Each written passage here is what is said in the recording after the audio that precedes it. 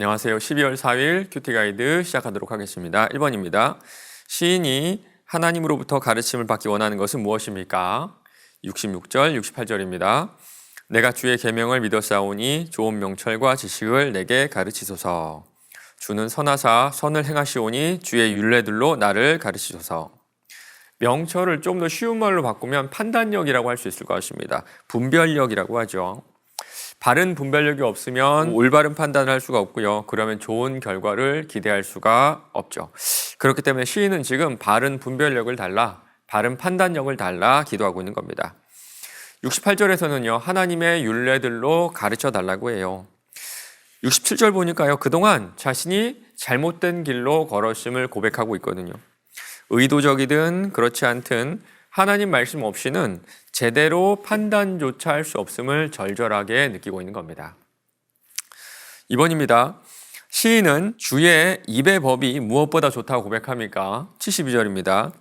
주의 입의 법이 내게는 천천 금은보다 좋으니이다. 이 시를 쓴 시인은요, 고난을 유익이라고 해요.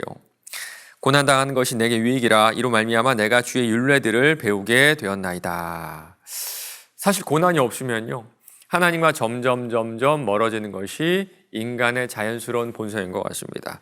그러다 하나님 말씀을 찾게 되고요, 그 말씀을 배우면서 고난을 수용하게 되죠. 그래서 시인은요, 이 말씀의 가치를 물질적 가치로 환산해서 천천 금은보다 좋다라고 말하고 있는 겁니다. 3번입니다. 시인이 교만한 자들이 하나님께 수치를 당하기를 바란 이유는 무엇입니까? 78절입니다. 교만한 자들이 거짓으로 나를 엎드려 드렸으니 그들이 수치를 당하게 하소서. 나는 주의 법도들을 작은 소리로 읊조리리다. 어떤 자들이 이 시를 쓴 시인을 법정에다 고소하지 않았을까라고 추측해 볼 수가 있는데요, 이 고소는 무고한 고발이었고요, 그들이 수치를 당하기 바라는 것은요, 단순히 내 안에 어떤 내적인 평안함을 요구하는 것이 아니라, 내적인 평안함을 구하는 그런 수준이 아니라 사회에 어떤 변화가 일어나기를 지금 요구하고 있는 겁니다.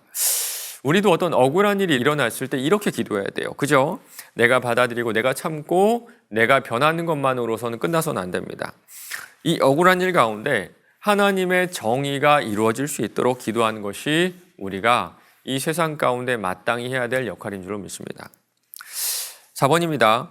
시인에게 고난을 준 유익에 대하여 묵상해 봅시다. 67절, 71절인데요.